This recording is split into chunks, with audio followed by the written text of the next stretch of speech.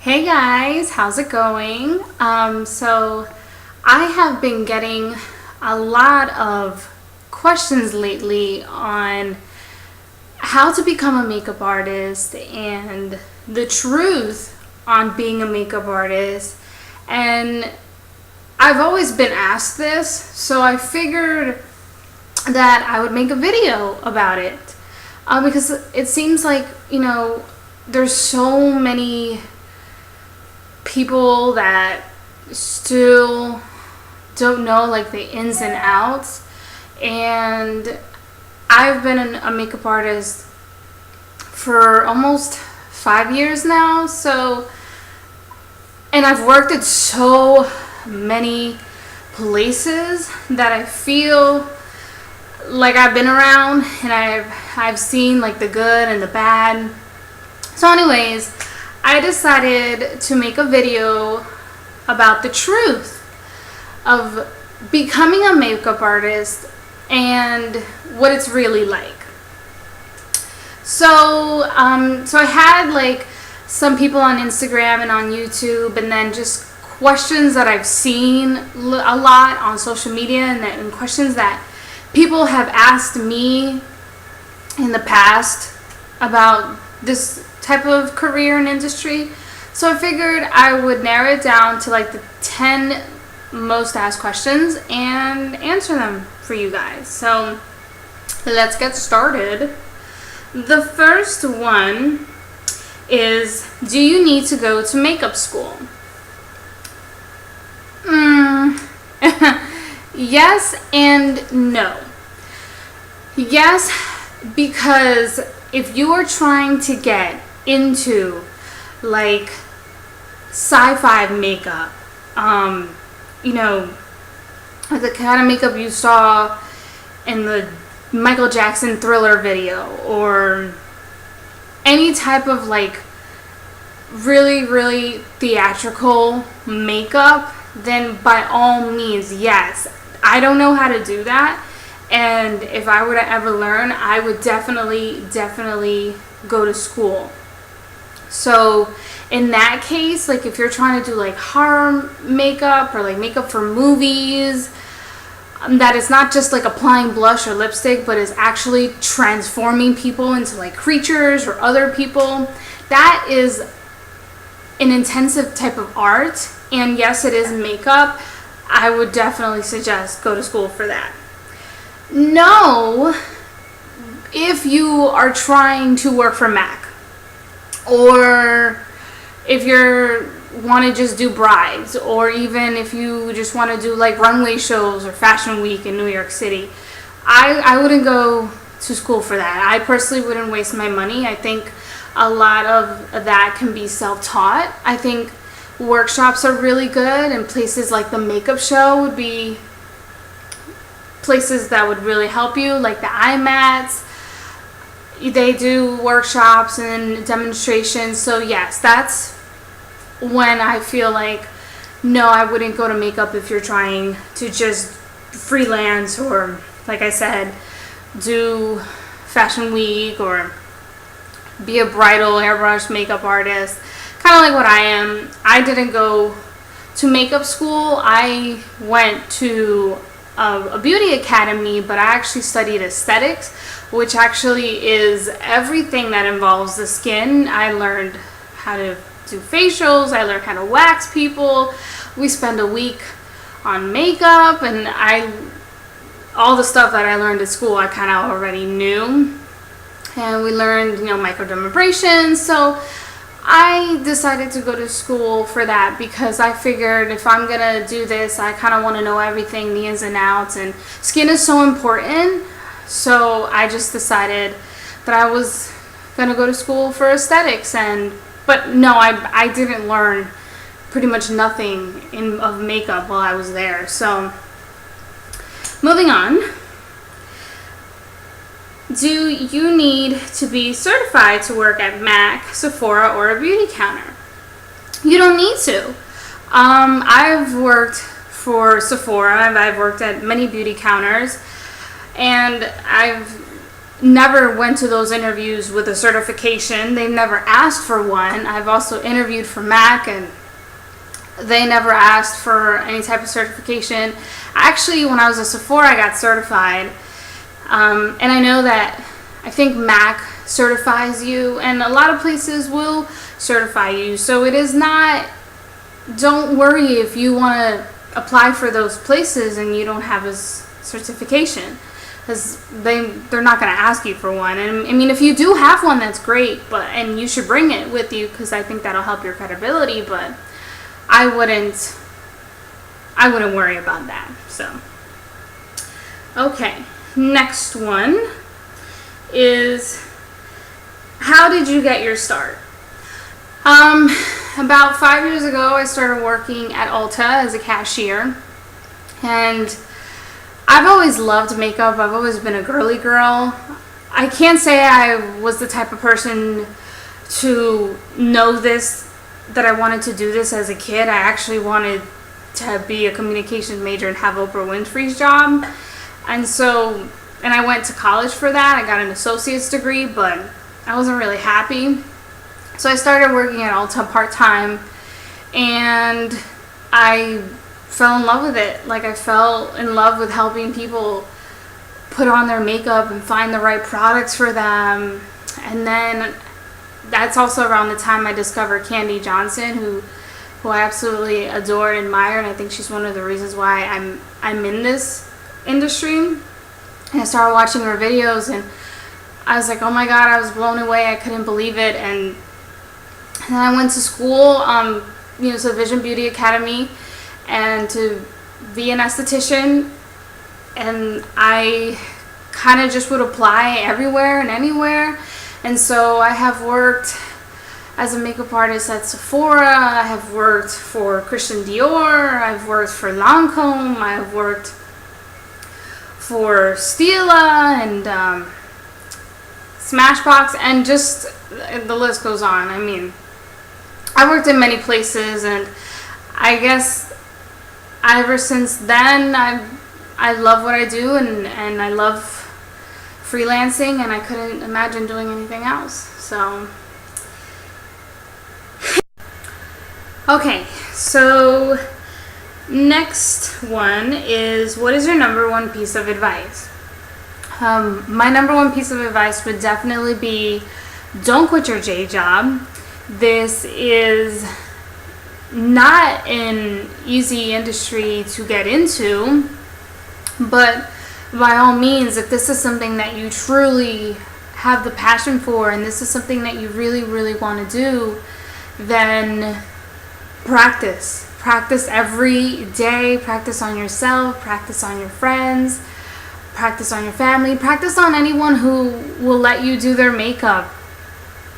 And just put yourself out there. I know this is gonna sound so cliche, but seriously,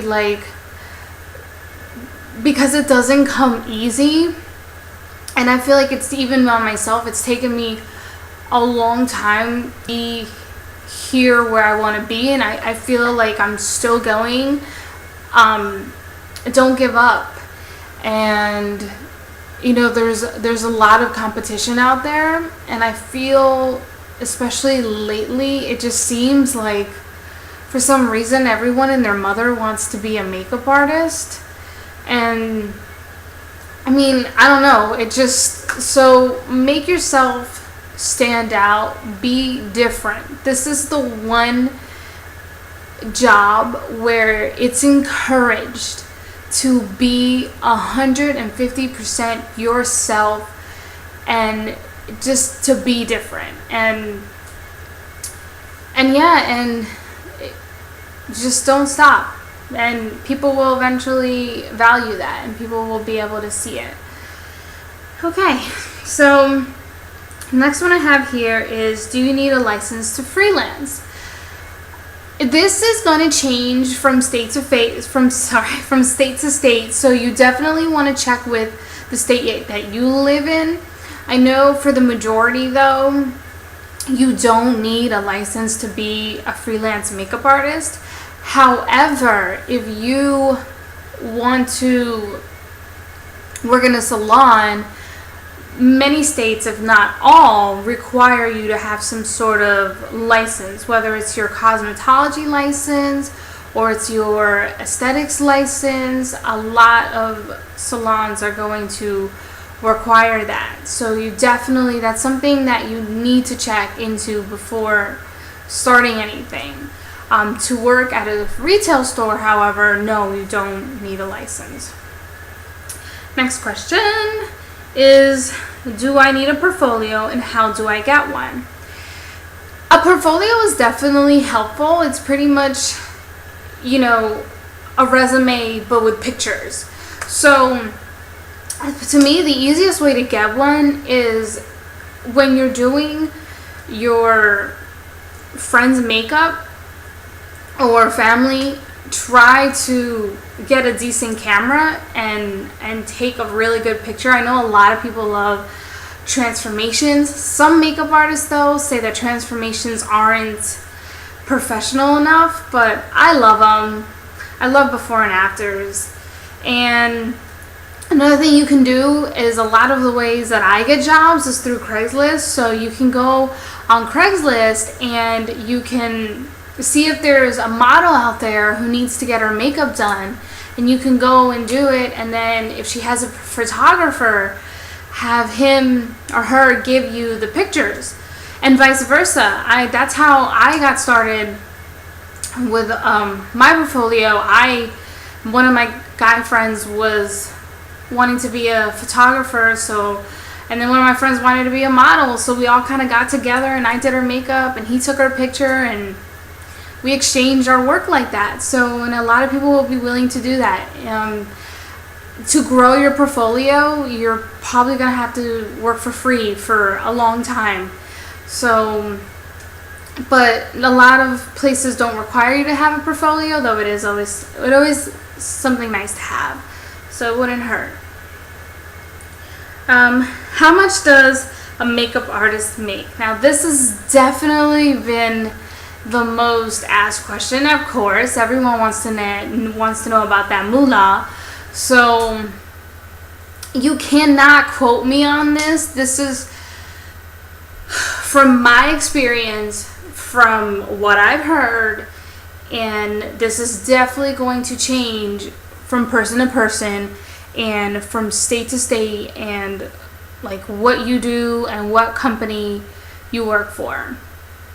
Now, if you have a pretty good experience in makeup, or depending on where you work and the company and the state, if you are, say, in retail, the majority of the time, I want to say like 99.9% of the time, you're going to get paid hourly. And that hourly rate, again, this is all from different state to state, but it does average around $15 an hour.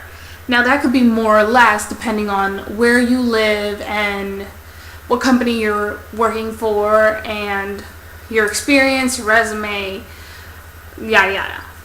And now, if you're freelancing for a company, then again, that changes, but on average, from what I've heard and personal experience, it is around $20 an hour. So it's pretty good, especially for retail. Now, freelance makeup artists who do this 100% full time, from what I've read, they can make anywhere between starting at like $50,000 a year and up. I mean, it's like endless. I mean, you can make up to like $100,000 a year. It all depends on, like, you know, how much work you're getting, how good you are, whether you're doing celebrities makeup, if you're on a TV set. So you can make as much as you want to make, pretty much. So, and again, you guys, you can look this up. You can go on glassdoor.com. You can research it, but that would be my average numbers. So now, do you have to do hair and nails too? You don't have to. I don't do hair. I don't really like hair. I definitely don't do nails. I don't even really paint my own nails. but it is something that's helpful. So it definitely could help you get more jobs if you know how to do makeup, hair, and nails. And it's something that it wouldn't hurt. So, but no, you don't have to do all three. But again, it's an added bonus if you do.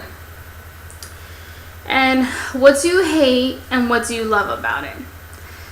And this is a little tough. What I hate about it is the divas that you kind of come in contact with sometimes.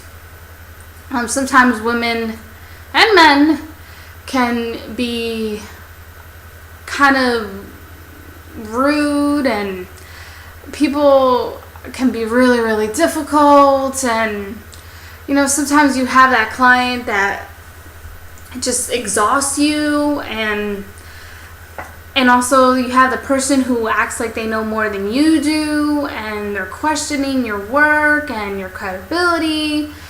And luckily I don't get those too often, but it has happened, and they do come around sometimes, where the person who's only like, oh, you can only put MAC on my face, or I only wear Urban Decay. And it's like, you know what, there's so many amazing lines out there, and most makeup artists don't stick to one single brand in their kit. I mean, that's great if you do. I have a lot of different brands in my kit. So, those people who just who are kind of correcting you as you go, or they're, I don't know.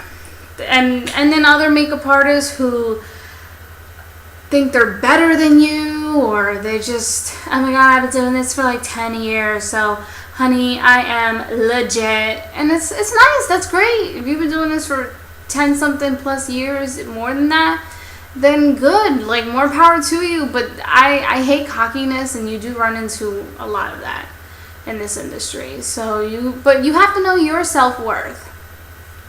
And then what I love about it, again, is the people that I meet. I mean, I have had some amazing clients who have touched me, who have inspired me and who helped me grow. And then there's that feeling when you're done doing their makeup. It's amazing. It's so, and they love it, and they thank you, and the way they look at themselves in the mirror is like, you just saved world hunger. It just is such a great feeling. And that's why I started doing this in the first place, was to help, mostly women, but look and feel good. And I feel like I'm so lucky to get to do this, and I feel like I'm so blessed. And that's the most amazing feeling, when people are like, oh my god, I haven't looked this good, or I haven't felt this amazing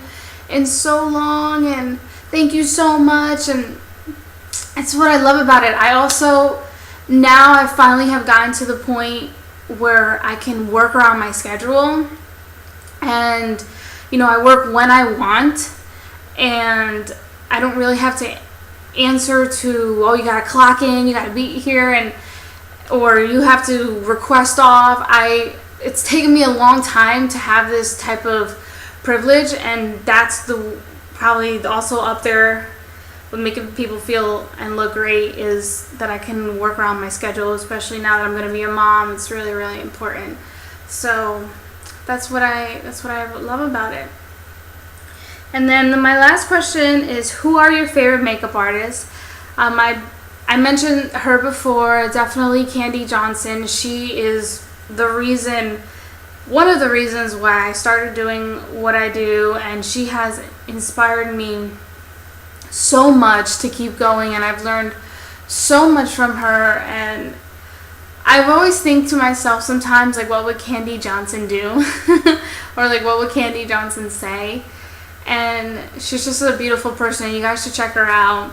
And then I respect Kevin Aquan, because he was definitely, I want to say, one of like the founding fathers, and he was just so amazing, and may he rest in peace. And I've learned so much from his books.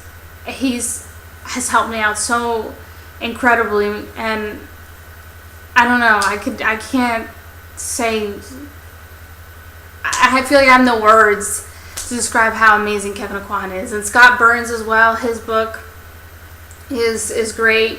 He's phenomenal. He really shows you the art of makeup and then like the art of contouring. Oh, I've learned so much from reading his books too. So those are definitely my top 3 favorite makeup artists. And I hope that maybe one day I can become one of your favorite makeup artists. And I hope that this video answered, if not all, most of your questions. And please, by all means, if I've missed a question that you have and you're dying to know, I would love for you to message me, email me, and I would definitely do my best to get back to you.